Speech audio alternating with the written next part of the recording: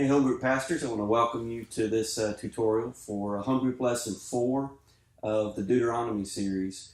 I want to thank you for all that you're doing as a Home Group Pastor and not only leading our people through this study, but also just pastoring our people. You're heroes. You're on the front line, and we're grateful for what you're doing. Lesson 4, when you complete this, you'll be about halfway through this series. And I just want to thank you for the feedback that we've received on our questions. It's really helped us as we're continuing to learn how to build these studies in a way that works for home groups. So keep that feedback coming. It's like gold to us, and we certainly appreciate it. I do want to encourage you to finish strong. Tell your people that, remind them that when they finish this, they're halfway through. They're going to be entering into the holiday season, and things are going to be getting busy, but this is such a crucial series. It's such a crucial part of our Bibles that we really want them to get this message. So thank you for what you've done. Let's encourage them to press forward and get this series done.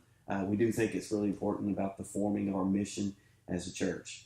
All right, well, let's just go straight into the questions. What I'm going to do is I'm going to read the question just verbatim, then give you a few comments about where you should take those questions and where you might anticipate those going. So question 1 is in Deuteronomy 8.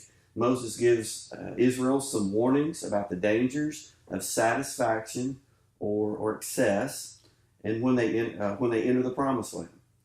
You want to ask your group, what are those warnings that they were given, and can you see this same danger in our own society? If you weren't here on the 5th, the sermon was really outlined around, or at least the first half of the sermon was built around these dangers. And those dangers are one, when we are in a period of excess, we tend to forget our story. We forget the history. We forget how we got to where we got to where we are. The second warning that Moses gives them is that we tend to take credit for things that we didn't do. Over and over in chapter 8 of Deuteronomy, he's telling Israel, it's God who gives you the power to make wealth. It's God who has done all these miraculous things for you to get you from Egypt into this future promised land. But Moses knows that the human condition is that we tend to take credit for the good things in our life, while we tend to forget how bad life was before God intervened. So those are the first two. The third one is one that we've been working on very hard throughout this series, is that when we're in a season of plenty, we tend to create idols, to worship idols. It's been through the history of Israel, it was very common to see that. Moses warns them in a prophetic way that when you cross over the Jordan and you enter into this land of plenty, you're going to tend to do this. And he gives them a very stern warning in verses 19 and 20 that if they do worship other gods like the other nations, then he'll destroy them just like he's destroyed the other nations. So those three are, we tend to forget our story, we tend to take credit for things we didn't do, and we tend to worship idols. Now, you might have a chance to do some teaching. I used the word satisfied in this question. I used it in the sermon series. Just as a reminder, the Hebrew word for that is savah, and it's the idea of being full, satisfied. In the sermon on the 5th, I gave the illustration. It's the lion who hasn't eaten in a long period of time, and he gorges himself on game at the watering hole. I think most of us have seen those National Geographic videos. It's that idea of being hungry at one time, but being completely full, kind of almost bloated in a sense. So it's when Israel crosses over the Jordan and they get to that land of plenty, you want them to really understand that that's kind of the idea we're talking about. It's not this idea of being properly content with whatever we have, but it's this idea of being blessed. And remember that in our country, we're the most blessed country in the world. So these tendencies that we're talking about in verse 1 are kind of foundational to us understanding our own condition as a country. And that's exactly that last part of that question is, can you see the same danger in our own society? And of course, we tend to create idols, and we want to keep working that with your groups. Help them to continue to identify, articulate the idols of their own heart and their own life. All right, the second question is in Deuteronomy 14:28-29. We see the same word, that savah or satisfaction, being used in the context of mission.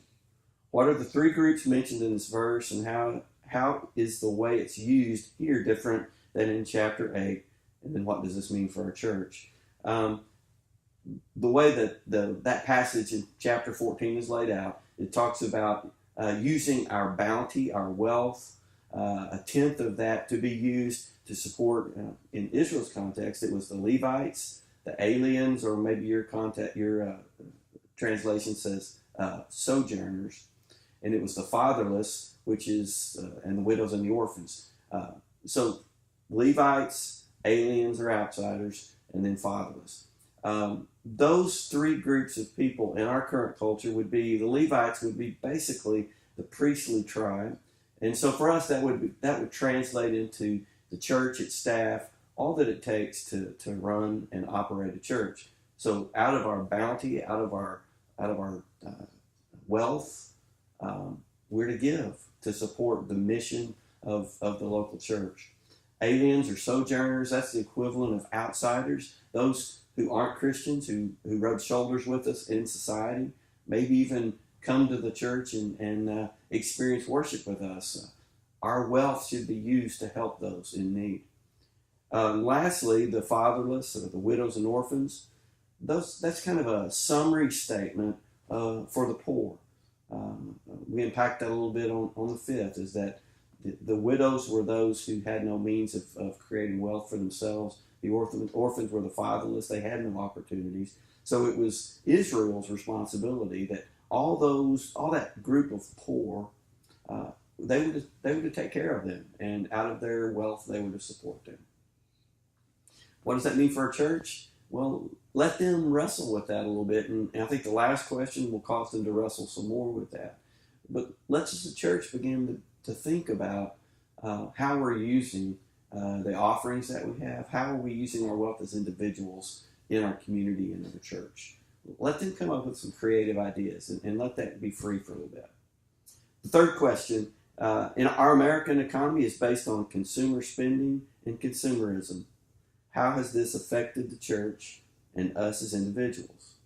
Are we in spiritual danger? This is, I think, one of the greatest idols of our culture. It's one of the biggest traps for church leaders. It's one of the biggest traps for church people, is that as Americans, we've been conditioned to both consume and dispose.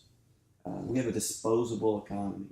In fact, one of the main measures of our economy is how much money we've entered into credit to obtain stuff.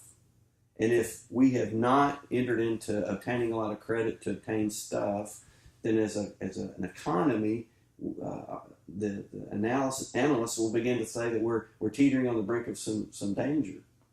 Well, I think that's the wrong way to look at it personally. But consumerism, that whole mindset, has infiltrated the church. We come to church too often wanting to know, what am I going to get from this place? Instead of, how can I sacrifice and give and serve the people of this place?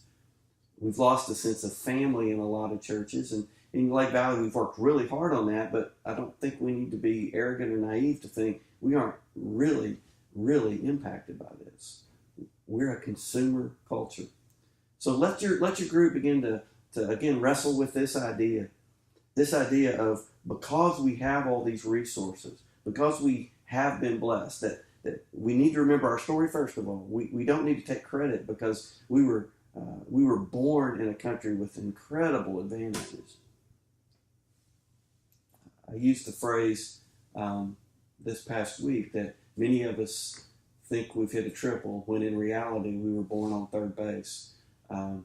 We can never forget we were born in a country that has plenty, that has a lot of wealth. This only feeds this consumerism mindset. We have this wealth, and what do we do with it? We buy things to satiate, to satisfy our personal wants and desires.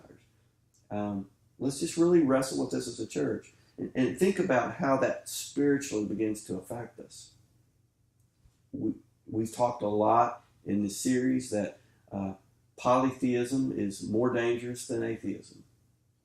Polytheism is this idea, well, first of all, it's a number of gods. It's a multiple God approach to the world. And I think that's the way, functionally, many Americans live. Because of our wealth, we can create all of these centers of worship. We worship the cars that we drive, the recreation that we partake in. We can buy advantages for our children. There are so many things that our satisfaction, our wealth,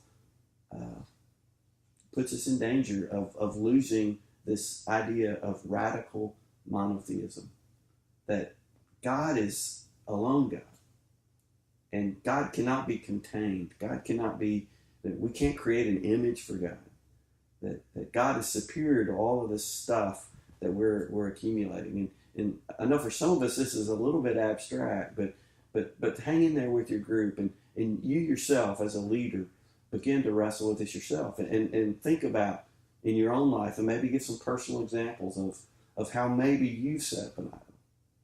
And I'll just give it personally. This past summer, I've played a lot of golf. I had the opportunity to leave after work and play 2 or 3 times a week, and it's been a great year for me in my handicap. It's gotten as low as it's ever been. But somewhere in that process, somewhere along the summer, it became an idol to me. And I was checking my handicap on a weekly basis, and only felt successful if I was getting this score, this mythical perfect score that never occurs. It's never satisfying. What I should have done is just enjoyed the round of golf and enjoyed time in God's creation, realizing that He gave me the ability to play, and I'll score whatever. But it became an idol to me. Question 4. How does money, possessions affect your relationship with God? I kind of spoke to that in that last question. Money and possessions actually can become our God. It can become the measure of success. It can become the measure of status in our culture. When we have things, when we have stuff, we can begin to think that we are God, because money does give us advantages in a fallen world. We just need to remember that, as God said over and over in chapter 8, it's He that gives us the power to create wealth. He is the one who is in control. And money and possessions can distract us from the heart of God Himself. So I think some of that's kind of obvious, but let the group discuss that a while. And the last question is where the rubber really meets the road, and it's what are some tangible examples of how we as a church can use our affluence for the kingdom of God. So let your home groups discuss this, come up with some creative ideas that we as a church can use the wealth, the excess that we have to help the poor in our community. And we're going to have some examples. The call is an example of how we're trying to find ways of doing that. But your group is going to have some creative ways as well. So really try to foster an environment of just openness as they talk about this. One of the things I'm going to be doing in my sermon on the 12th is really talk about how the New Testament writers would have read Deuteronomy. When you read the story in Matthew where Jesus has had his feet washed with an expensive perfume, and the Pharisees go to Jesus and say, we could have sold that perfume and given the money to the poor. Jesus said, but the poor you'll always have among you, or something like that, depending on your translation. Well, both the Pharisees and Jesus would have been referring to Deuteronomy. The Pharisees, one, had the pattern of giving to the poor. So that was already in their pattern of life.